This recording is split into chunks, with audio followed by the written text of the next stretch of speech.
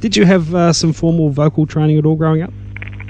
No, just the casual things like harmonising with my mother and my sister while we did the housework, that sort of thing, and the usual school choir, church choir, but nothing formal, no, not at all, unfortunately.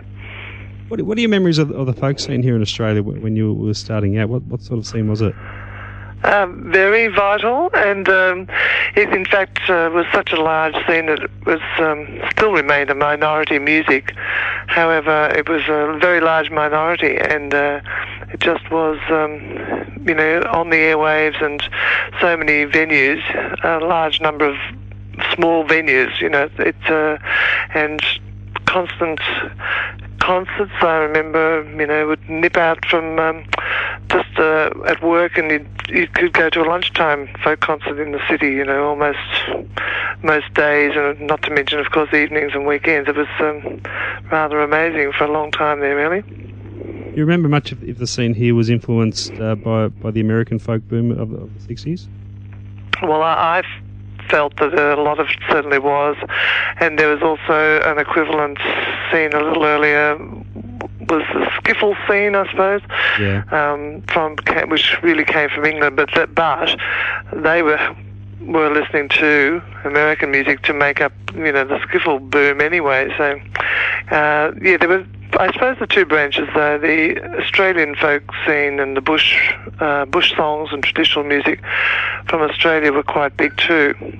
So there were the two streams, and I suppose the third, the rest of the world. And the irony is, I suppose, nowadays that the biggest music scene going out of the three would be what we used to call international folk songs and are now called world music. Who do you remember as some of your main contemporaries back then? Well, I think the very first concert I went to had a lot of the Melbourne folk luminaries on it. I'm speaking of Emerald Hill Theatre. They used to have every Sunday afternoon folk concert, and Glen Tomasetti, I think she was the first woman that I saw singing folk songs and playing guitar, and David Lumsden, Martin Wyndham Reid, Brian Mooney, all of those people and more were on that very first concert. So I was introduced to it by a lot of practiced people. Mm-hmm. Looking back, would you have considered yourself a keen student of musical styles growing up? Were you a record collector, so to speak? Not really, although very early on I got a tiny little record player that played 45s and started to buy the odd 45, while I was still at school, but it wasn't quite the same scene, and the access to the range of material was just not there back then, and I think that was part of the excitement. If you just did discover a blues record or something, it was you were lucky, whereas now, of course, if you just happen to know about something, it's just a matter of a few days or something, and you can have it in your own little hands. But it was a bit of a detective trail to go on to find some of the material. But having said that, it was still, I guess, I would have learnt most of my repertoire from records. Early people that influenced me and from whom I pinched songs were people like Harry Belafonte and Odetta. They were very early influences, and then a bit later on expanding out from folk music per se into more jazz and blues and so on. People like Nina Simone, they were all early influences, and all through records, yeah. Could you pinpoint a uniform quality amongst those artists that influenced you? Well, they're all black Americans, so that would explain why, at least 50% of the material that I gravitated to could come under the same heading, and then I would sort of delve back further and go into the roots of that music, and that led me to African music. And earlier on, the type of African music that we had most access to was South African, and I did love that, and I do still, but I've subsequently become much more interested in West African music, and I was first introduced to that by the National Dance Company from Guinea, the former French colony in West Africa, when Les Ballets Africains first came to Australia in the mid-60s. You have certainly been a well-travelled artist over the years. You played in many countries. I guess that would have to be a major contributor to you gaining an interest in many styles of music from different cultures.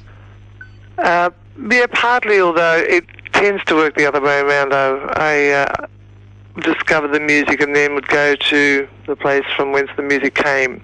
And ironically, I actually performed more Australian material after I went overseas, or would learn it so that I would make sure I would have Australian songs to perform for overseas audiences. And now I'm very happy to be doing a larger percentage of Australian material than I did back then, but I actively had to learn it when I first started going overseas, yeah. Sure. What would you put down as your most memorable overseas experience? Oh, I suppose my first trip to the United States. You know, the first anything always has the most impact, and it was my first overseas trip anyway. It was for 6 months. The majority of the time was in the United States, and at the end I went to Europe, and it was on what was back then called the Australia Council, an Australia Council grant. That's now the Australian. Back then it was the Australian Council for the Arts. Now the Australia Council. That's from the Whitlam government, wasn't it? Yes, yeah. 74. And and I look back at my notes from that trip, and I realised I packed a lot in and heard a lot of people and did a lot of discovering. And but then I've been back to the States another 9 times. So it's lost a bit of the romance, you know. Mm-hmm. And then, of course, my first trip to Africa, to West Africa, that was truly amazing. And I guess another memorable one was when I went to China in the late 70s.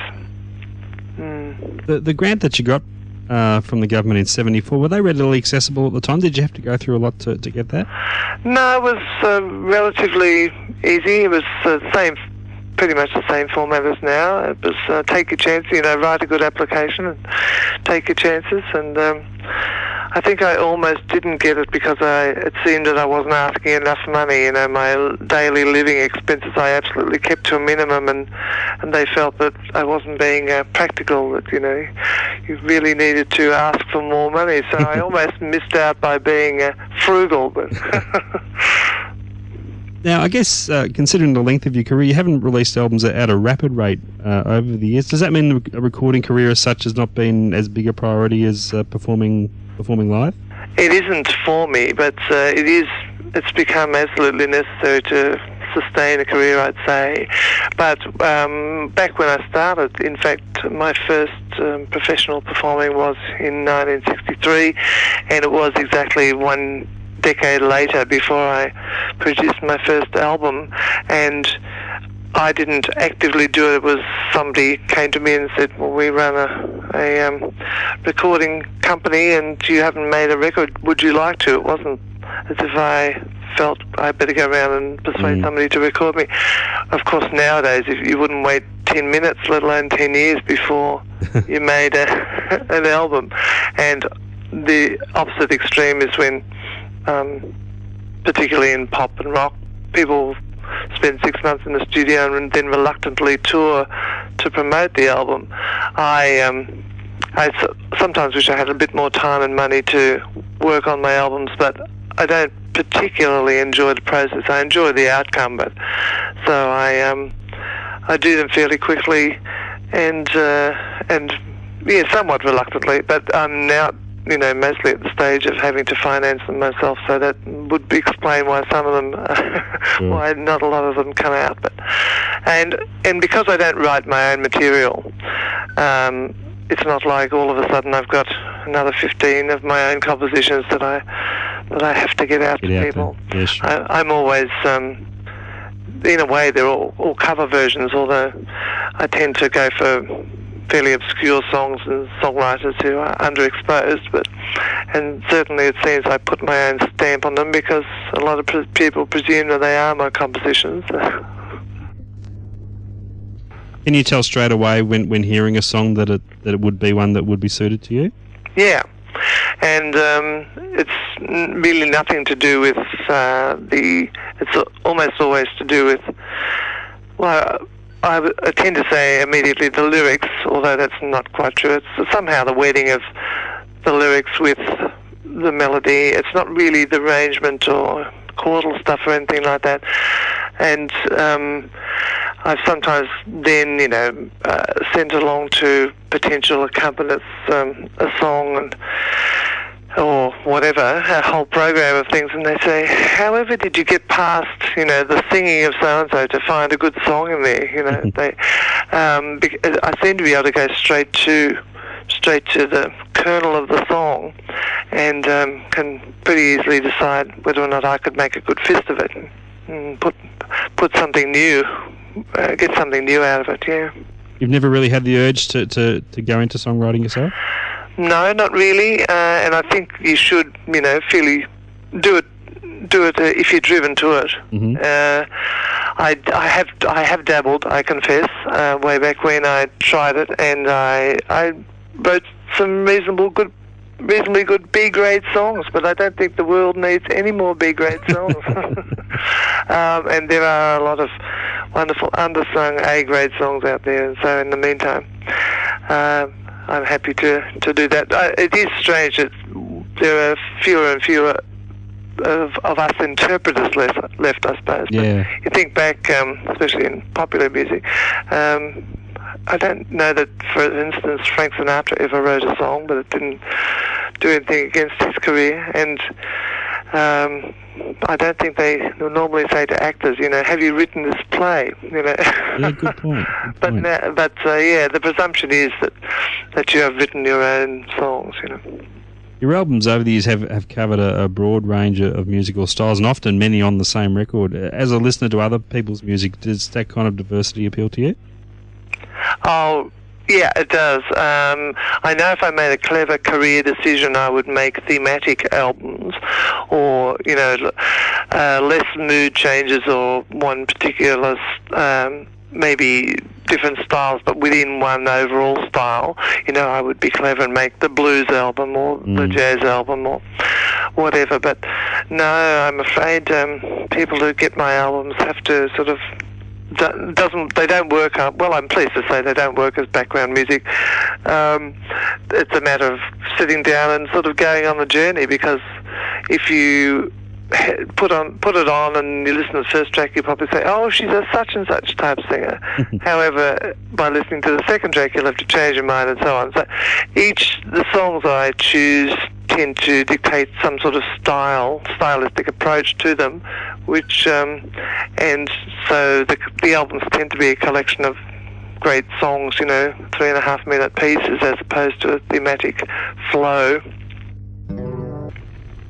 I guess that would make you a difficult artist to categorise too, for those people who like to slap a label on things. Yes, it would. The irony is that if I did write my own songs, they would simply say singer-songwriter, and everybody would seem to know what that meant. So you have to take away the songwriter, and just to call me a singer doesn't seem sufficient. So I'm left with that sort of folk / blues / jazz / and so on it goes. I perhaps should have a competition and come up with some sort of title for people like me, which doesn't sound derogatory, like eclectic or jack of all trades, or Well, I think it goes back to song interpreter, as you said before. Yeah. Yes. It's Thank you. You've been involved in some theatre work over the years too. Is that an interest for you from a young age? I love going to the theatre. I don't really feel I don't particularly want to pursue theatre as such. Part of me finds it a bit boring, in as much as if you're successful, then you're doing the same thing night after night. Long seasons. I quite enjoy the discipline, and it's not that I get bored actually come the time to hit the spot at a certain time and, you know, with a certain light on you and say the same things or sing the same song, but the thought of it bores me. So I like theatrical elements in my own concerts, say, you know, but actually theatre pieces.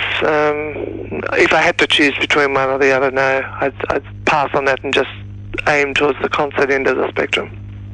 You went into the promotional side of the music business there too for a while. Yes, for my sins I did. I was inspired by Ellen McElwain, and I must confess I heard, you know, a friend came back from New York, said, guess who I saw in a small club, and she was complaining about how the last record she'd made, the company had gone bust, and, you know, basically she was in the doldrums. So I thought, oh, well, perhaps we could afford to bring her to Australia. And that's how it started. Myself and a couple of friends ran the risk of bringing in an American singer who was somewhat known. Anybody who'd heard Ellen got incredibly excited at the thought of her coming, but there were a lot of people who had never heard of her. So that was a very steep learning curve, and I guess if we'd actually know what was involved, we may not have taken it on, but being naive and young and silly, we got the ball rolling and then found out all the things involved in being a promoter, and it was too late to back out, and actually were successful. And so successful, one of the three of us disappeared to America and for years. So we were down to two, but we decided we'd bring Holly Near out. The first tour was the end of 1980, then end of 83 we brought Holly Near out. And we said, if we're successful, we'll bring Ellen back. Well, we weren't what you could call successful. We didn't go into the red, and that was all the excuse we needed, and brought Ellen back. But finally, third time unlucky, and so I was burnt financially, and decided, well, perhaps, you know, it is unusual for singers to be promoting other singers anyway. So been there, done that, you know. Glad you did it though. I'm sorry? Glad you did it though, just for the experience. Oh yes, yeah. I mean, I was even offered other acts, people whom I admired and liked, but they weren't people that I could say, now if I lose money on these people, I'll say it was still worth it, you know. For instance, people like Judy Collins. Oh wow! But and I have, you know, a dozen Judy Collins albums, and I enjoyed her when I've seen her and all of that sort of stuff. But I didn't feel like if I'd lost money, I would still say, hey, no, I'm so pleased I did that anyway. Whereas it was true with, particularly with Ellen McElwain, you know. I did lose money, but I don't say I wish I hadn't done it, you know. Yeah. Did the experience change your opinion and views on the art of agents and promoters that you would have dealt with before as a performer? Well, not necessarily, but a little bit since, you know, I'm now much more, I tend to sort of be aware of why they might offer me this amount of money as opposed to something else, or even when they have a success, why they don't have to, you know, double my fee or anything, because there are so many hidden costs and so much work goes into these things, you know. Behind the scenes you just never see it, you just see the people rolling in the door and do the obvious sums, but so I guess I might be, I always feel that I underquote anyway, but I'm aware of why I'm being, you know, fair to them at the same time. I don't want to burden promoters, you know. Sure.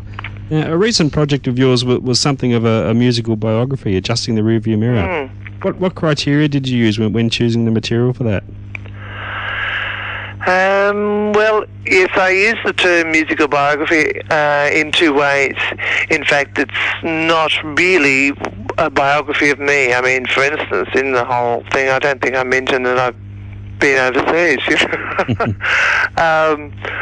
It's really the biography of the musics that I've dabbled with, you know, and a view of really of the mainstream music industry from somebody who's slightly outside it. So there are even types of music in the show that I don't do. For instance, there's a song called "I Won't Do Rap," and I do it in rap style, you know. So, but that song, of course, talks about a sort of sensibility about popular music and why you want to do it or why you don't, and so on.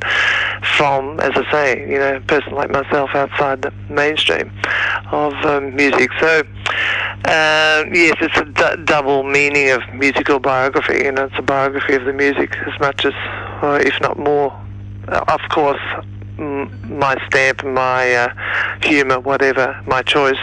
But a lot of the songs in the show, I think 11 of the songs in the show, 9 of which made it onto the album, are written by my favourite Australian songwriter, a guy called John Shortis, and most of the time I go to him with suggestions of topics, you know, and say, John, I'd love a song on this topic, perhaps in this style, and here's some information on it, and invariably he's come up with a gem. So that was easy to, you know, he wrote me the song for when I win the Grammy, for instance, included in the show, and a theme song, and so on and so on, yeah.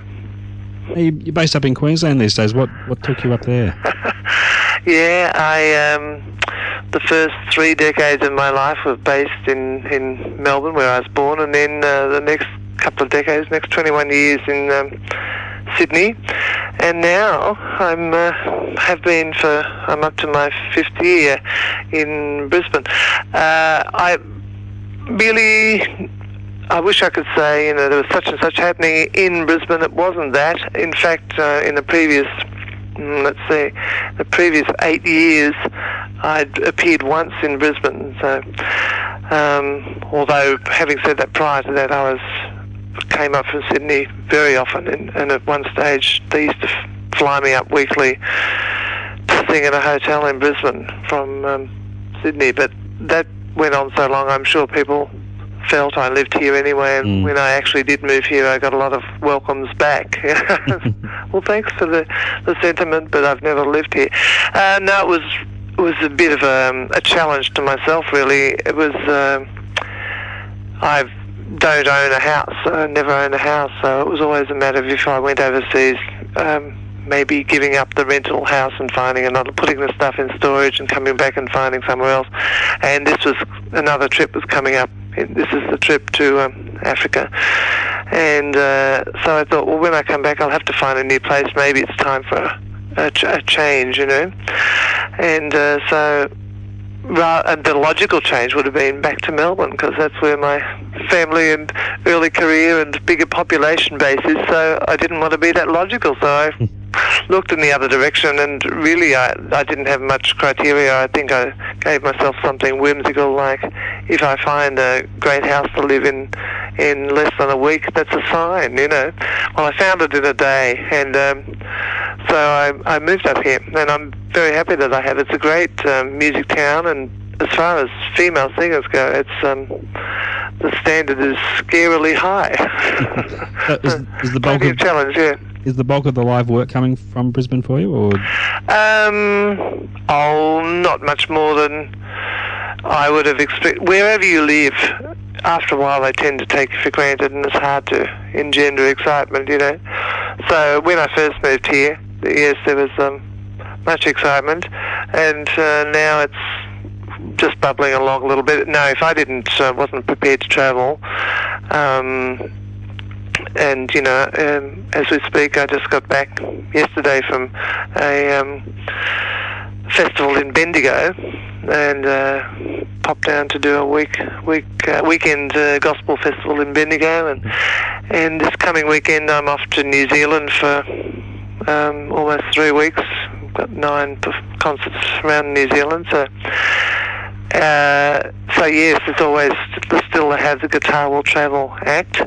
The other strings to my bow that I've added, I guess, since moving up here for 3 years until very recently, I was doing national broadcasting through the ABC on black gospel music. That's right. I used to enjoy that, all the research and preliminary stuff involved with that, because I find that, it was one of my early passions and it's remained so it was lovely to be able to share this with everybody.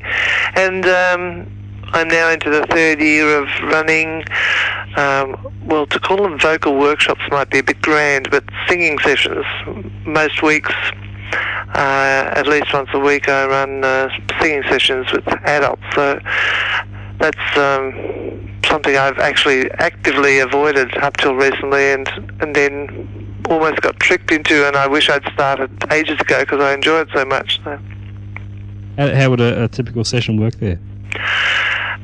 We learn about 3 new songs each week and dip back into earlier ones. The way my sessions probably vary from possibly more usual ones is that nobody has to audition, but that's often the case. But nobody gets allocated a part. Like, they don't have to stay with a part. I just divide. If it's a 3-part song, I look at them and say, there's 21 people here, okay. Get yourself with 6 people near you, and you can be group 2, and you're group 3, and group 1, and we'll start with group 1, and, and they'll sing a part and whatever, and all learn something, and then we'll have to stop and then, okay, swap around. So they all get to try all the parts. The guys who come don't get relegated to the always singing the bass parts or something like that, Do you find teaching vocal workshops a good way of honing your own skills as well, sharpening up your own skills? Somewhat. They tend to be songs that are not the same as... It overlaps a bit, but it's not really my concert repertoire. I still don't read music. I don't read the dots.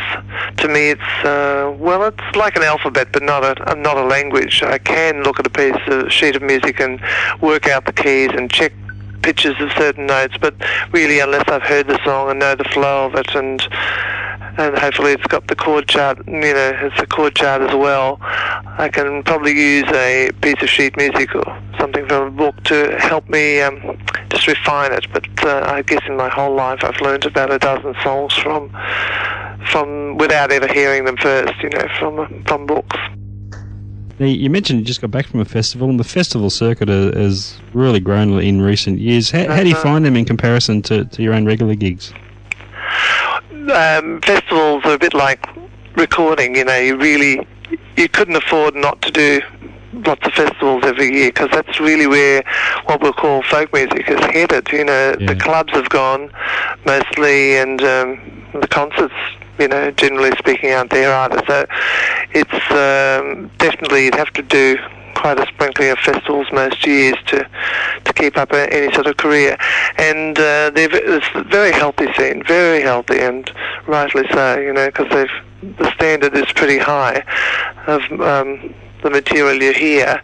It's quite professional in the way, the fee structures and things, because I look back at when I started, and I would go to, when I started, they hadn't even commenced the early national folk festivals, for instance. Weren't operating until about 1967, would have been the first one. And we, immediately it started being staged different cities around the country. So off you go, you just get yourself from Melbourne to Brisbane, on the train or whatever, and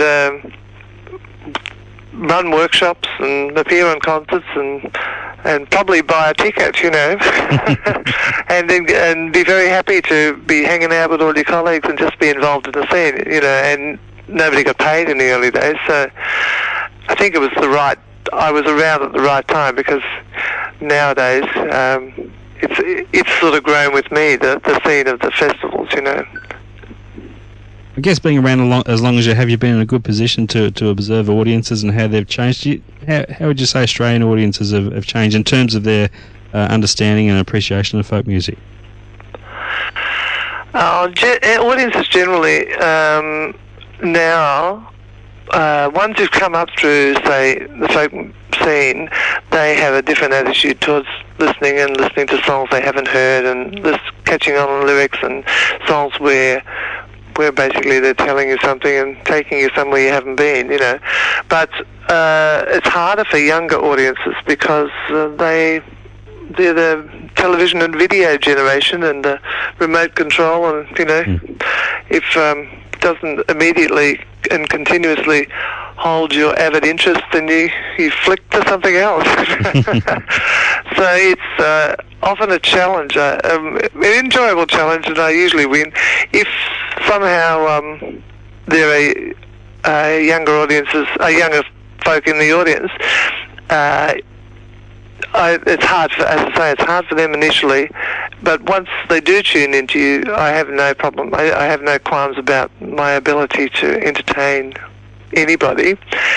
It's a matter of getting them along in the first place, you know. Yeah.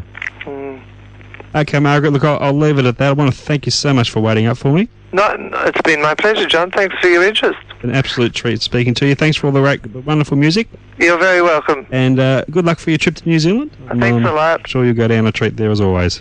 Thanks. Cheers, John. Okay, take care. Bye-bye. Bye-bye.